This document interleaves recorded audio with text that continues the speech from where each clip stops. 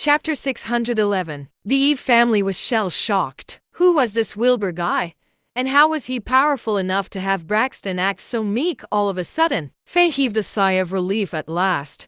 It seemed like Wilbur was in control of the situation now, and she could not help but let out a proud smile. Fabian stared coldly at his family, smirking to himself while also marveling at Wilbur's power once again. Fabian could see how Wilbur had Town wrapped around his finger, but to take down Braxton so easily, that was something else. It seemed like Fabian had still underestimated Wilbur, yet he was still proud in the very end to have such a capable son-in-law who was able to get the situation under control so easily. Now, Asher was finally going to realize who was the real hero of the Eve family, and who were the useless good-for-nothings. Wilbur chuckled, retracting the spiritual restraint he imposed on Justin. Yes, it was just a misunderstanding. I had no choice but to restrain Justin because he was causing quite a ruckus. I didn't want him to get hurt, you see. Wilbur's words were said politely, but Justin was shocked to his core. His father seemed to have completely changed after that phone call. Not only was he not angry at Wilbur anymore, but he also turned completely meek. What the hell just happened? Braxton shook Wilbur's hand warmly, inviting him to sit down as he said, "Yes, I understand. It's because of him and Faye, isn't it? I was against it at first as well, you know. Faye's the most beautiful woman in all of Eagle City. Justin hardly deserves her. But the brat just refused to listen. And I couldn't do anything about it. That's why I didn't even show up today, and look how things went. If you ask me, you're the perfect match for Faye, buddy." Braxton's words left the crowd in shock. It sounded like Wilbur was much more powerful than Justin, and even Braxton, for that matter. Was he not just the owner of Cape International, though? He was just a businessman at the end of the day. How could he possibly compare to someone like the Yeagers? Just then, Justin got to his feet in a fit of rage. "What are you doing, Dad? He attacked me." A crisp sound cut through the air. Braxton had slapped his son across the face. The Eve family and the Eagle City princes were scared out of their wits, staring dumbly and not knowing what to do. Braxton's expression was ashen. "From the way you're acting now, it looks like I've been too lenient with you because I've been so busy with work. Do you know who Mr. Penn is? He's a friend of Mr. Grayson. You should be calling him your uncle. He's only teaching you a lesson for your bad behavior. You'd better get your act together, or I'm stationing you at the border to train as a soldier until you learn some sense." Justin was at a loss for words. He knew that the Mr. Grayson his father was referring to was Benjamin. This guy was Benjamin Grayson's friend. That was something else.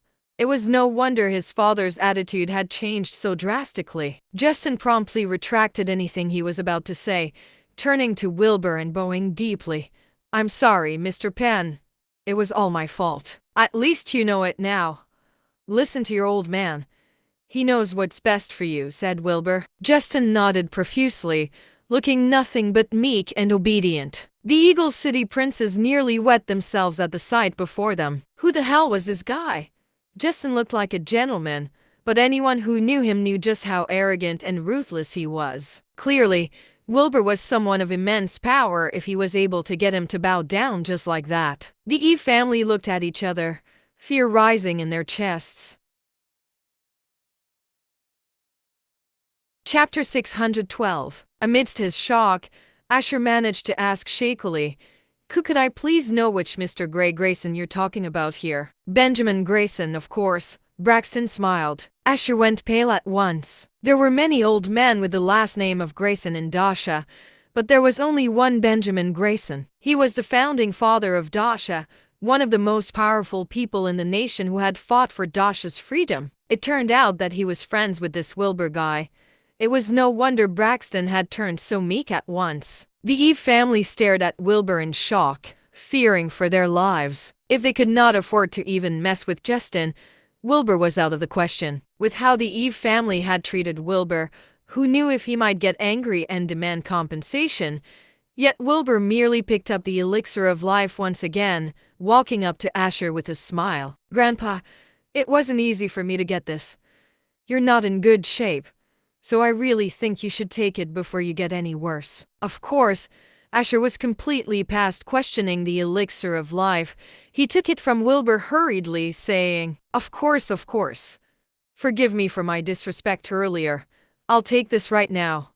Asher popped the elixir of life into his mouth, chasing it with a few sips of tea. All at once, he felt a warmth in his core soul spreading out through his body, and he could not help but sigh in comfort. He could even feel every cell in him rejuvenate with life and perk up at once. Asher found it hard to believe this elixir of life really was phenomenal. It was important to note that many people had searched the ends of the earth for ways to live longer, regardless of how much it cost. Money did not matter to them.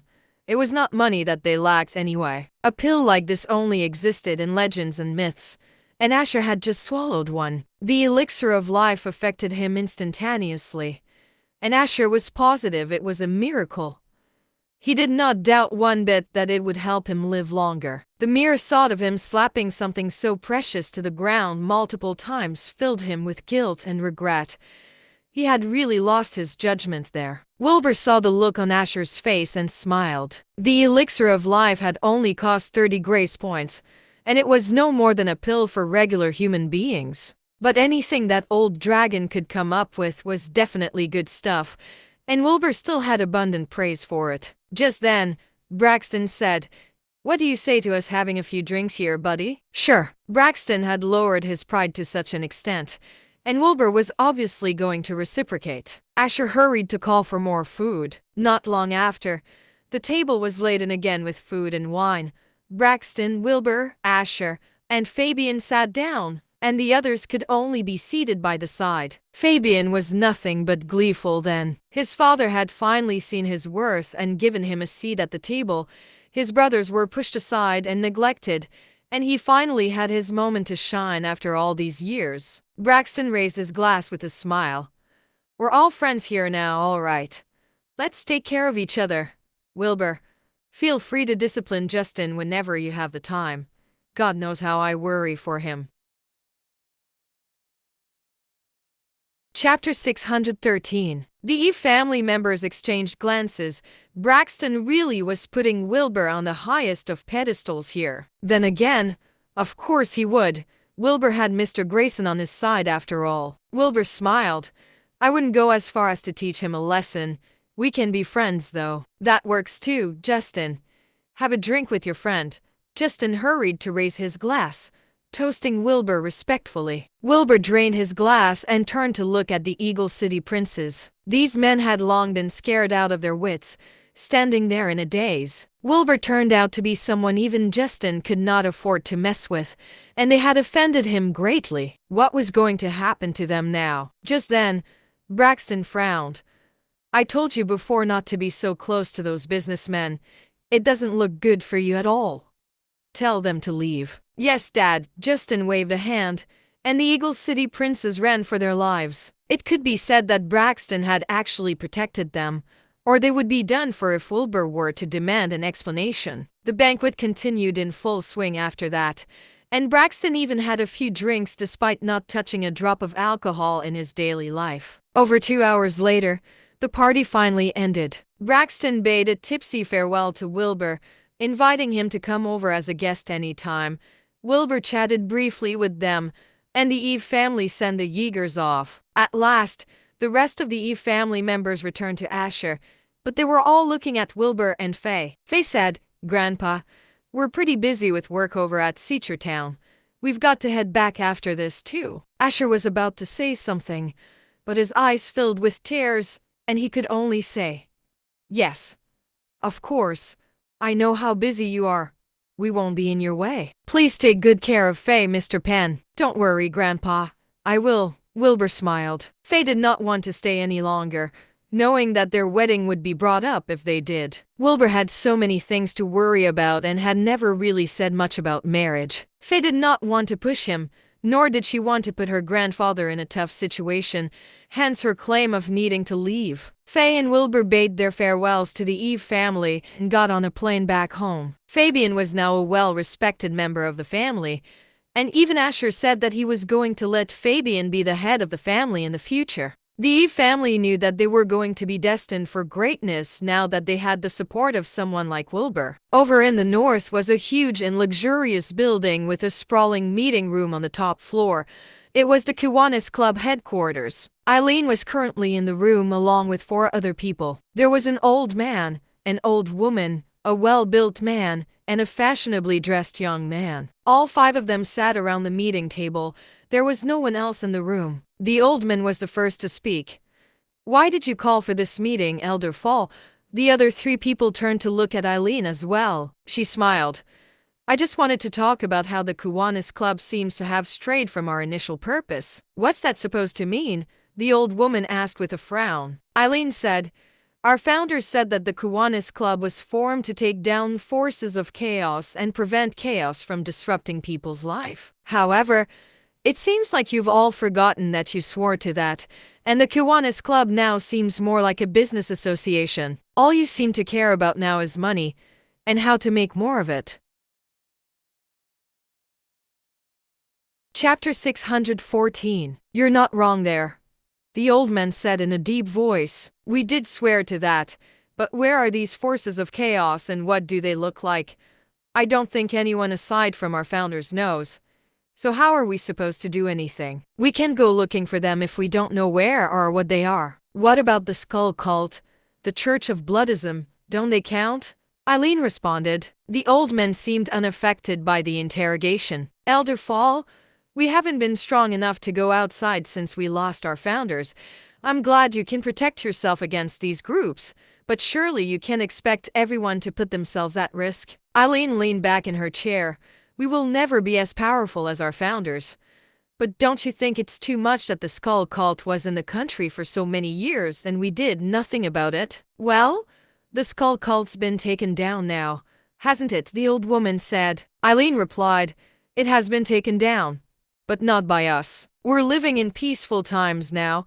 There aren't many forces of chaos anymore. Besides, there's the Department of Paranormal Research and Defense, right? We hardly have to do anything," said the young man lazily. Eileen took a deep breath, furrowing her brows before saying, "That doesn't mean we can just keep lazing around like this. We've forgotten our purpose." "That's a little harsh, Elder Fall. Mind your words," the old man said sharply. Eileen chuckled.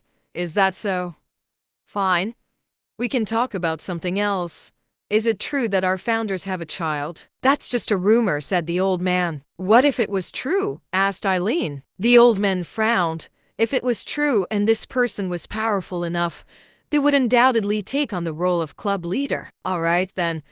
I just hope that everyone puts a little effort into remembering our club's purpose and not just think about making money all day." Eileen got up after that, turning to leave. The muscled man called out after her, "Elder Fall, let me know if there's anything you need help with." "All right. I'll do my best." "Thanks." Eileen left without even turning around. The guy got up as well. "I'll be on my way then."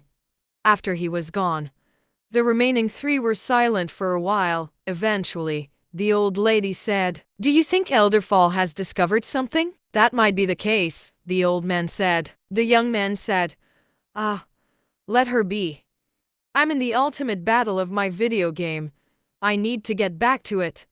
He got up to leave. After that, the old man and old woman exchanged glances, their brows furrowed tightly. Over at the skeleton field, the man was still seated at his throne of skulls silently. Andre, the 9th apostle, stepped over the bones over to the throne, bowing deeply. "I have delivered the blood embryo, my lord." "I know. You did well." The man's voice rang around the fields. Andre frowned.